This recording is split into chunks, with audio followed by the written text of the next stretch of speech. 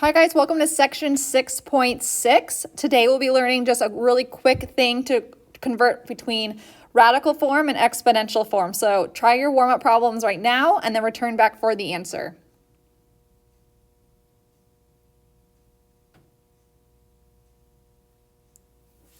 All right, for number one, you guys should just be looking at this as a binomial times a binomial. Again, the biggest mistakes you guys make with a binomial squared is that a lot of you guys want to distribute this 2.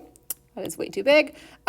Distribute this 2 and square both of these, and then you would just get x minus 2, for example, and that would be incorrect.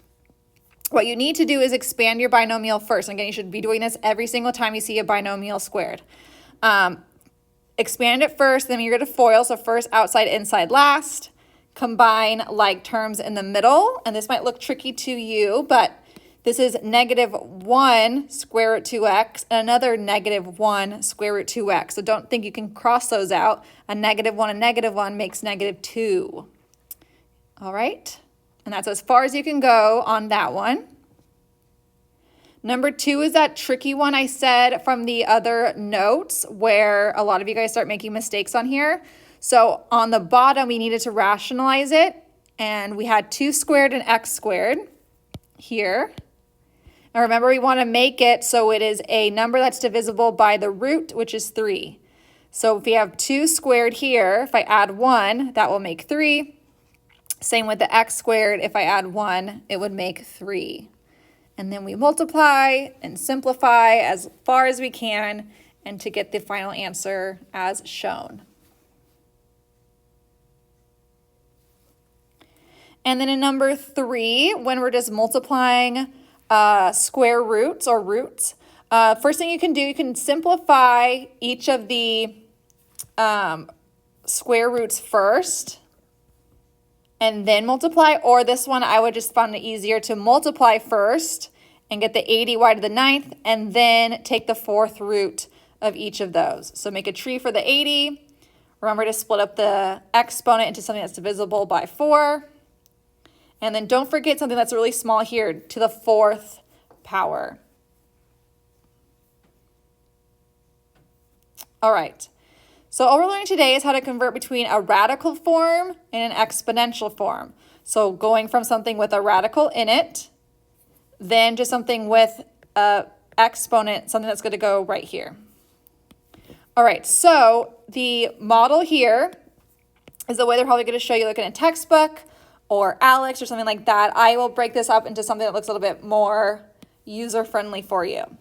So a radical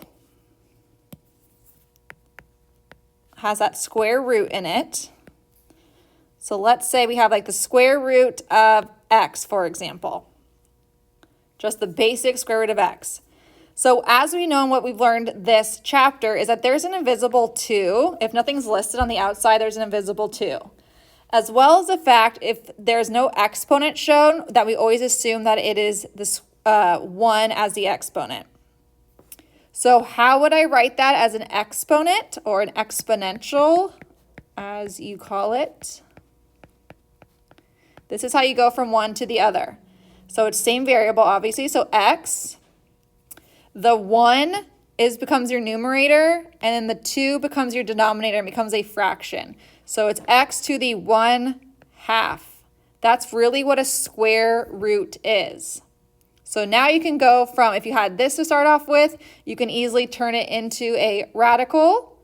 All you have to do is take your denominator, and that's going to be the root on the outside. The numerator will just become the exponent of the radical inside. So you guys should get very familiar with how to go from one to the other, and that's what we're going to be doing in the first section. So we're going to convert these to what they're not. So for example, number 1 is a radical. We're going to convert it to an exponential. So all you do here is do z, and again, the root becomes the denominator of the fraction. So it's z to the 5/6. Number 2 is already an exponential, so now we're going to write that as a radical instead, and I'll show you 2 different versions. So we're going to have the radical 6. So remember, the bottom part becomes the root, and then the top becomes the exponent. So 6 to the 4th power, and you take the 7th root of that. Or you can also write it like this. So it's still the 7th root, that will never change. And then you could put this whole thing to the 4th power. So either one works. So the 4 can be on the inside with 6, or you take the whole thing and raise it to the 4th power. Either one is mathematically correct.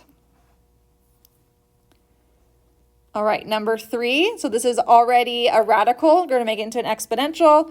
So 17, you take the 5 and put it underneath. 17 to the 4/5. So pause here and write number 4 from the exponential to a radical form.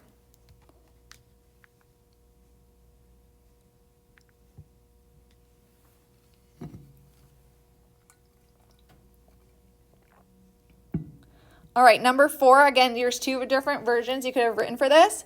So you could take the whole thing and raise it to the power of 2, or have the power of 2 on the inside of the radical. But either way, you should have the cube root for this problem. All right, now that you know how to go from one to the other, you guys are going to use this to actually use math to solve each of these problems, or simplify, as it says above. All right, so we're going from an exponential here to a radical, so we just want to go to what it's not.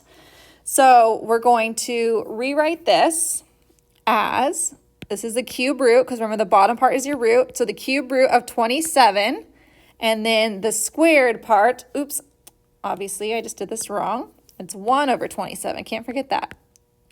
1 over 27, and then you could either square this whole thing like that. This seems like it would be hard, right? If I had to actually solve this and simplify that, that means I'd have to do the square of 27, which would be a big number. And usually we don't have calculators with us, so I wouldn't do it that way. What I would do is actually take the cube root of 1 over 27 first, then square the whole thing. To me, that seems a lot easier. So now we're going to ask ourselves, ignore the 2 on the outside for right now. Ask ourselves the cube root of 1 over 27. So what's the cube root of 1? Is 1. Cube root of 27 is just 3, so 1/3. And then we're just going to square this whole thing. So you're going to get 1 over 9 as your final answer.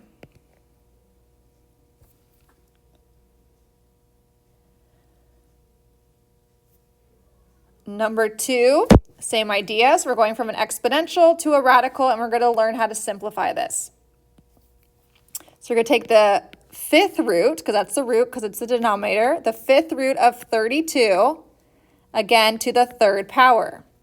Again, I would not do it this way, because first we'd have to do 32 to the 3rd power, which is a huge number, and then take the 5th root of that. That doesn't seem like something I should be able to do. So we're going to take the 5th root of 32 first, then take that answer to the 3rd power. So the 5th root of 32, basically what times itself 5 times is 32. That would be 2. And then all I have to do is 2 to the 3rd, which is 8. So that's why I like rewriting it like that, where you take the quantity of the whole thing and raise it to the power. It makes it a lot easier to simplify these. And you guys should be able to simplify these pretty quickly. They should always simplify to like 2s and 3s and 4s. Pretty easy numbers once you take the root of these. All right, number 3, I accidentally showed you the answer, but hopefully you guys get the answer that it is 8. You would take the 4th root of 16, and then you cube that to get 8.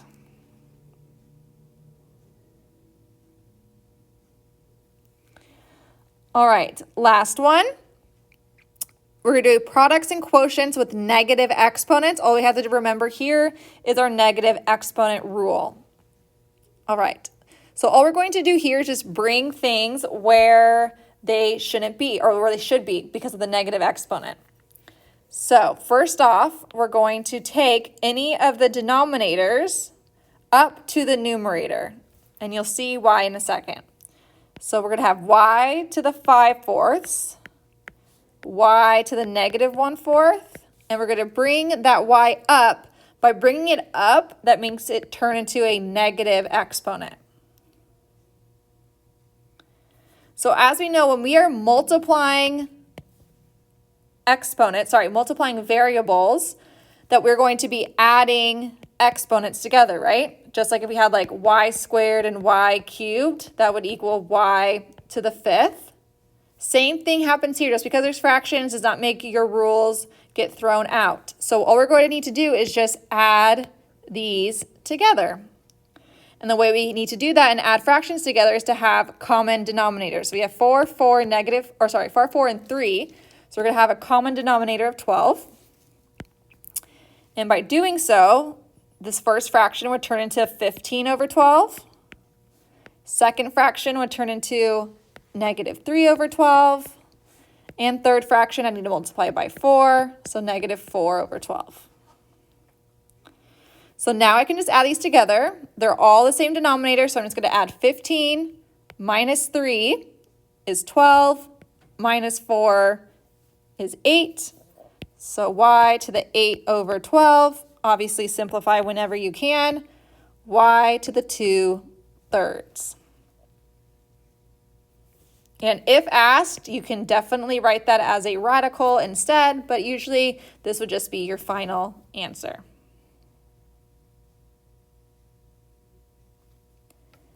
Number 2, so there was no fraction here, so we didn't have to bring anything up, but in case there was something on the bottom, you would bring it up first. Again, since we're just multiplying a variable together, that means you're just really adding the exponents, and they just happen to be fractions in this case, so nothing really changes. We're just really doing a fraction problem here. So you have 5, 3, and 3. So the common denominator there is going to be 15. So we're going to change all of my denominators to 15, which means I multiply the first one by 3, the second one by 5, and the third one by 5 as well. So they all have a denominator of 15. All you have to do now is add the numerators. So negative 3, negative 10, and 20. So you add those all up together, you would get 7 over 15 as your final answer.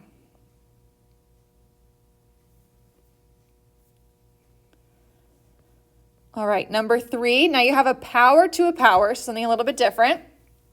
So again, ask yourself, what do you do when you have like a normal power to a power? X squared to the 3rd is not x to the 5th. Remember, you multiply those together. So again, same idea. Whenever you get stuck or get freaked out by fractions, think of what do I usually do with just normal whole numbers. So all we're going to do here is just multiply this 5/3 to the 3 and the negative 1/2. So we're just distributing. So z cubed times 5/3, the 3's would cancel, right? So you just get z to the 5th. If we multiply negative 1/2 and 5/3 together, we would get y to the negative 5 over 6, multiplying fractions. And then we would never leave our answers with a negative exponent. So you just have z to the 5th all over y to the 5 over 6. And yes, it is totally acceptable to have fraction exponents. You don't need to do anything crazy. Like, I don't want you to think that this is an unacceptable answer because of the 5, 6 is going to throw you off. That's fine. We just can never have negative exponents. That's when things get wrong. All right, so pause here and try number 4 all by yourself, and we are already done with this set of notes.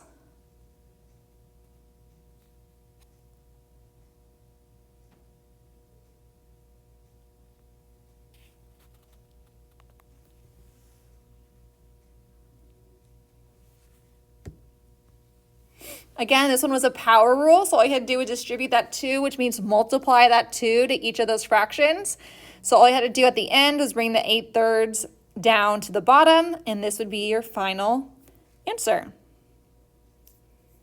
All right, and so we're going to use this skill in future sections to finish out this chapter.